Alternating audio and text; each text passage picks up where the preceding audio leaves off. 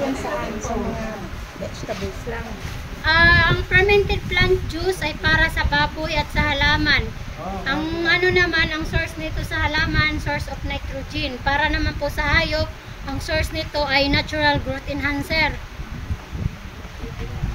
Ang katumbas nito ay yung urea. Ibig sabihin, ma'am, mga 1 month yan nandiyan dyan. Basta po ma'am, pag nagdilig po kayo sa halaman, ito po ay pagkatanim, 1 linggong pagkatanim, hanggang sa mamumulaklak, ititigil nyo na po si fermented plant juice. Ang isusunod nyo naman po ay yung si FFJ, yung fermented fruit juice, pamumulaklak hanggang sa pamumunga. Yun po yung inyong ano, parang ang katumbasan na eh.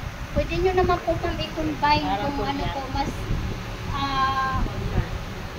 popular naman po ba? Pwede sa palayan para matalis ang bunga.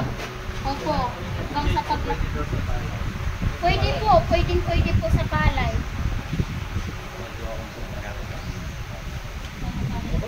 Dapat po ay continuous po ang inyong pag-spray or pag-didilig. Halimbawa, meron ng Kahit naman po araw-araw sir, ang turo lang po ay 2 times a week. Pero kahit araw-araw nyo pong gamitin, wala po siyang overdose or ikakasama sa ating halaman. Basta sumunod po tayo dun sa sukat. halimbawa ho, simula ng nagtanim ka hanggang sa mai-harvest pwede.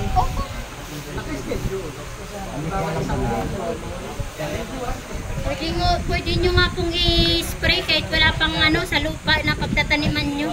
Para habang makukuha na ng halaman yung nutrients. Hindi po kaya yun Ay, hindi naman po ma'am. Idilig nyo po sa lupa. May tubig na. Opo. Yung turo ko po kanina na 1 litrong tubig, 2 kutsara po na fermented plant. Tama na yun.